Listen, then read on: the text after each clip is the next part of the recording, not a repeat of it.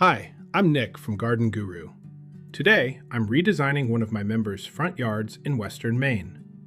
Sharon has already planted boxwoods, hydrangeas, and a variety of perennials.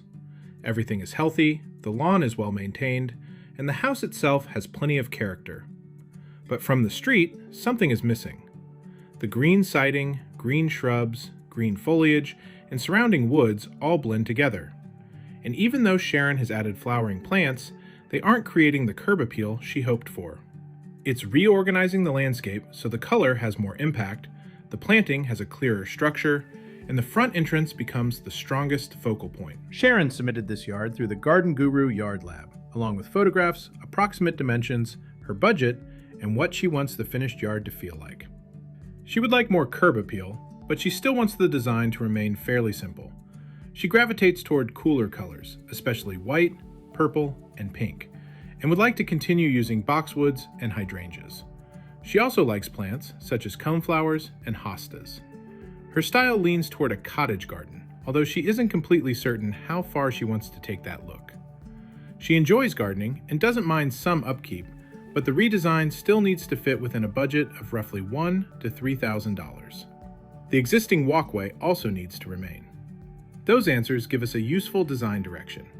We can introduce some of the softness and abundance of a cottage garden, but we need to place it inside a much clearer structure. Before changing anything, I see 4 main reasons the yard feels quieter than Sharon wants it to.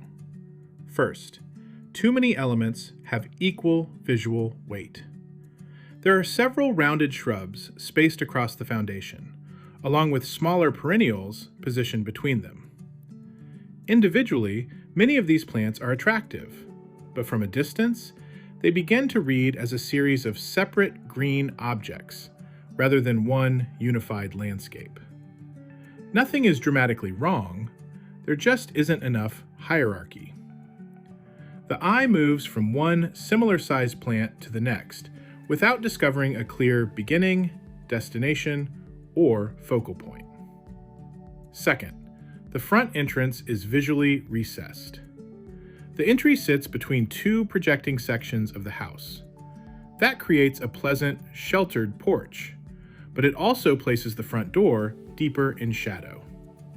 Meanwhile, the large white garage doors create a strong block of contrast on the opposite side of the house.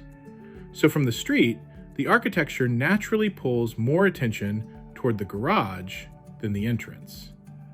The landscape needs to help correct that. Third, the color is too fragmented. There is already color in the garden. The problem is that much of it appears in small, separated moments.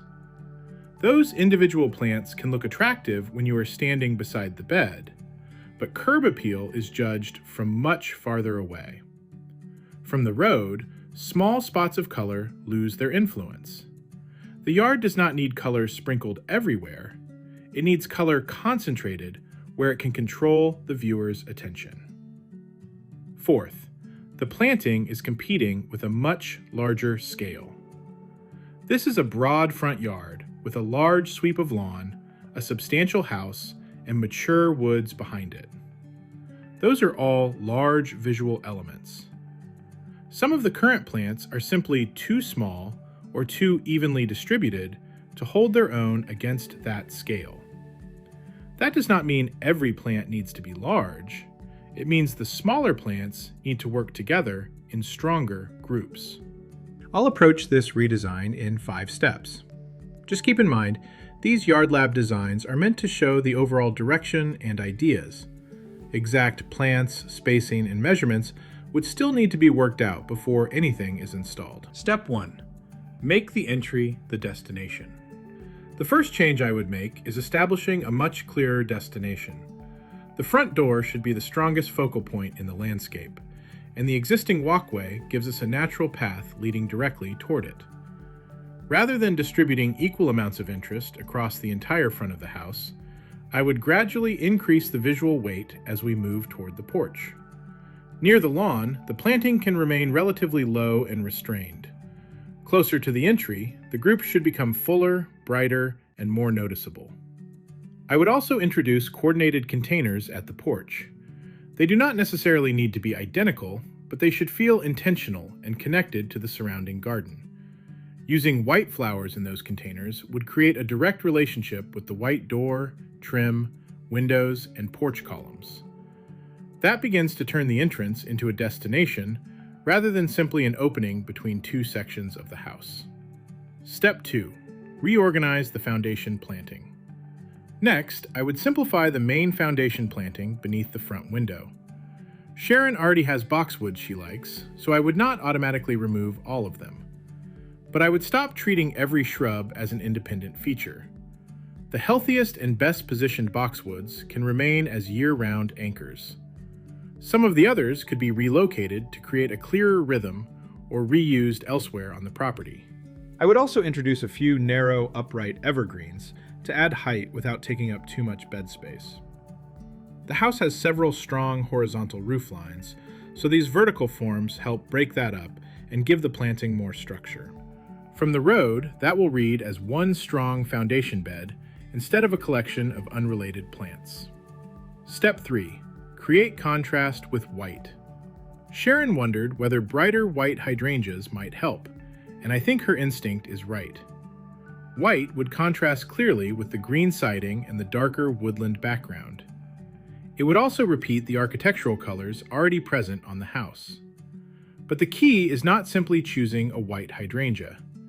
The key is repeating that white in meaningful groups. One white flowering shrub placed by itself may still feel disconnected. 2 or 3 related plants used in a larger mass will create a much stronger effect. I would place the main white flowering group beneath the front window or near the transition toward the entry, depending on the exact sun conditions. Then I would repeat white closer to the porch through containers or a smaller flowering layer. That repetition would connect the main bed to the front door. White becomes the primary contrast color.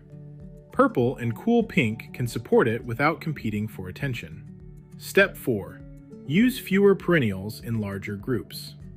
For the perennial layer, I would resist the temptation to add a long list of different plants. A cottage garden can contain plenty of variety, but this yard needs clarity first. I would select a small group of plants and repeat them. A purple flowering perennial could appear in several larger drifts across the primary beds. White or pale pink flowers could form a lower supporting layer. Hostas or other foliage plants could be used closer to the shaded porch, where flowering plants may receive less light. The exact varieties should depend on the amount of sun each bed receives and the severity of Sharon's wildlife pressure. She indicated that deer or other wildlife are a concern, so a final planting list would need to account for what is actually being browsed in her area. The important principle is this: from a distance, repetition creates more impact than variety. 3 groups of the same purple flower will usually contribute more to the overall design than 3 unrelated flowers placed in separate locations. Step 5. Create a restrained cottage garden. Sharon is drawn to cottage gardens, but she also wants the design to stay simple. Those ideas are not incompatible.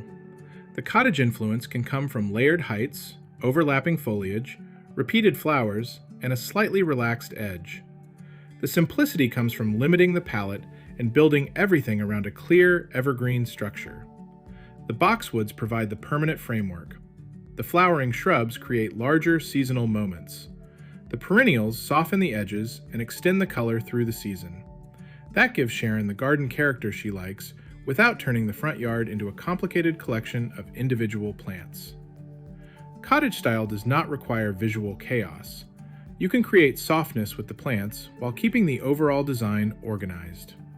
Now to a few of the other key areas of the yard. We'll start with the walkway and porch beds. The smaller bed on the left side of the walkway should remain relatively restrained. I would use one compact evergreen anchor and repeat 1 or 2 plants already used in the main foundation bed. That creates continuity without crowding the walkway. The right side can carry a little more planting weight because it is part of the transition toward the porch. Some of the healthy existing perennials can stay, but they should be grouped more deliberately.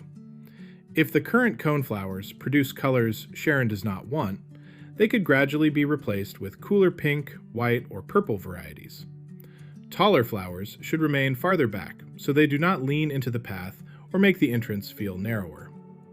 Together, the two sides should frame the walk while leaving the route to the door clear and comfortable. Now the garage side bed. The bed leading from the porch toward the garage is long and relatively narrow, but it still needs enough presence to connect these two sections of the house. Rather than introducing a completely different planting scheme, I would repeat the same basic ingredients used near the front: compact evergreens for structure, white hydrangeas for contrast, and smaller groups of purple and cool pink flowers. The difference is in how those plants are used. The groupings can remain slightly smaller and more evenly paced here, creating a quieter rhythm than the fuller planting beneath the main front window. A narrow, upright evergreen adds height near the garage without taking up too much room, while the repeated flowers keep this area visually connected to the entry. Sharon does not need to complete every part of this redesign at once. Within her submitted budget, I would prioritize the changes that will create the largest visible improvement first.